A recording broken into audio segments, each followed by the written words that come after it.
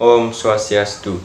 Perkenalkan, nama saya Putu Gede Mas Dalem Ramadiatmika, nomor absen 16, kelas 11 MIPA 4. Di sini saya akan mempresentasikan tentang biografi tokoh pahlawan Indonesia, yaitu Soekardjo Wirjopranoto. Serta saya akan menjelaskan peran beliau terhadap kemerdekaan Indonesia dan alasan saya mengapa milih tokoh tersebut. Soekardjo Wirjopranoto adalah seorang pejuang kemerdekaan dan pahlawan nasional Indonesia. Soekardjo adalah putra Bapak Wiryodihardjo yang bekerja pada jawatan kereta api pada zaman Hindia Belanda. Ibunya berasal dari Purwokerto, keturunan seorang alim ulama bernama Kiai Asmadi. Soekardjo lahir pada tanggal 5 Juni 1903 dan dilahirkan di desa Kasugihan Cilacap, Hindia Belanda, dan mempunyai saudara berjumlah 7 orang dan ia merupakan anak ke-6. Pada zaman sekolah, Soekardjo menempuh pendidikannya di Europese Legare School atau ELS atau Sekolah Dasar Zaman Hindia Belanda.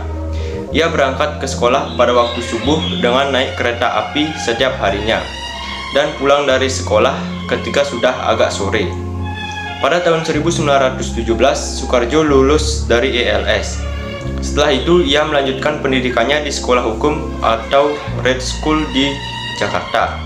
5 tahun kemudian, setelah lulus dari sekolah hukum, ia memulai bekerja sebagai pegawai negeri. Awalnya, ia bekerja di Pengadilan Negeri Purwokerto. Ketika tahun 1962, Soekardjo dipindahkan ke Magelang, tetapi hanya berlangsung 40 hari karena merasa tidak diperlakukan dengan adil oleh atasannya. Oleh sebab itu, Soekardjo dipindah ke Lumajang. Menyusul pada zaman pendudukan Jepang, Soekardjo memimpin beberapa media massa. Aktif di bidang politik membuatnya semakin dekat dengan masyarakat. Melihat banyak pemuda yang tidak punya keahlian, maka untuk membina para pemuda, pada tahun 1934, ia membuat suatu gagasan dengan mendirikan perkampungan kerja. Dalam perkampungan itu, para pemuda dilatih menjadi ahli kayu, ahli besi, ahli pertanian, dan lain-lain. Soekardjo yang menyadari bahwa menjadi pegawai negeri artinya ia hanya bekerja untuk kepentingan pemerintah kolonial. Akhirnya, Soekardjo mendirikan kantor pengacaranya sendiri bernama Wisnu. Tujuannya adalah untuk menegakkan kebenaran dan melindungi rakyat yang lemah. Berkat keaktifannya pada dunia hukum dan politik, Soekardjo pun tergabung dalam organisasi Budi Utomo dan dipercaya menjadi ketua cabang Malang. Selama bergabung dalam Budi Utomo, Soekardjo berusaha keras untuk mempertebal rasa kebangsaan dan harga diri bangsa. Pada tahun 1937, Soekardjo diangkat menjadi anggota Volksraad sebagai wakil Budi Utomo. Ia tergabung sebagai anggota fraksi nasional di bawah pimpinan M.H. Tamrin bersama R.P. Suroso dan Otto Iskandar Dinata. Langkah-langkah politik yang Soekardjo lakukan di dalam Volksraad antara lain adalah membela nasib pegawai rendah. Ia juga mengusulkan agar pengangkatan anggota-anggota Gemeenteraad atau wali kota bagi orang Indonesia disamakan dengan orang Belanda. Cita-cita Soekardjo itu terlaksana ketika tahun 1937. MRDR Subroto diangkat menjadi wali kota Madiun. Pengangkatan ini menimbulkan kegaduhan di kalangan bangsa Belanda. 2 tahun kemudian, MRDR Suroto diangkat menjadi wali kota Bogor, sedangkan MR Susanto Tirtoprojo menggantikan sebagai wali kota Madiun. Soekardjo aktif dalam pendirian dan perjuangan GAPI atau Gabungan Politik Indonesia. Pada tahun 1939, GAPI melancarkan perjuangan dengan semboyan Indonesia Berparlemen. Maksudnya agar Volksraad menjadi Dewan Perwakilan Rakyat yang sebenarnya.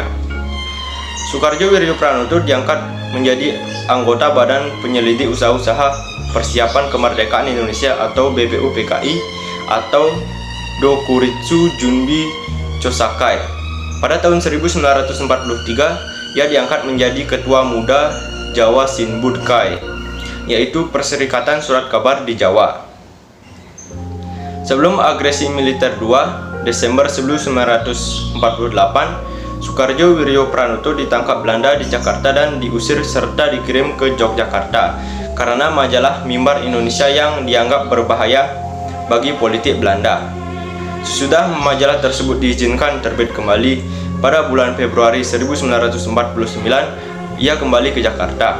Setelah proklamasi kemerdekaan Indonesia, Soekardjo Wirjopranoto diangkat sebagai juru bicara negara dalam Kabinet Syahrir. Setelah terbentuknya Negara Kesatuan Republik Indonesia, yaitu pada tahun 1950, ia diangkat menjadi Duta Besar RI di Vatikan dan merangkap sebagai Duta Besar Luar Biasa RI dan berkuasa penuh pada pemerintah Italia.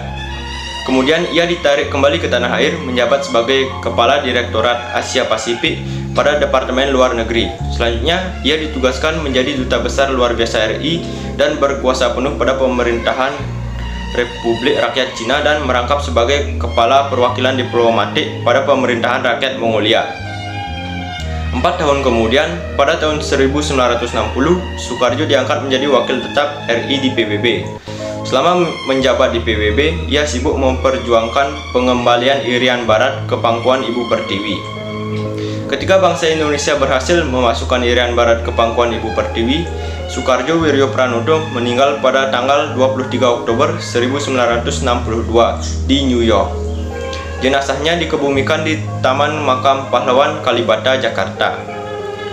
Pada 29 Oktober 1962, berdasarkan surat keputusan Presiden nomor 342 tahun 1962, Soekardjo dianugerahi gelar tokoh nasional atau pahlawan kemerdekaan nasional.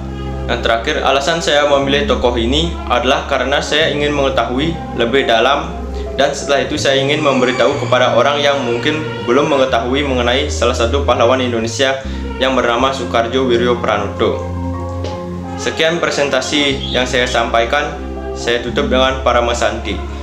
Om Santi Santi Santi Om.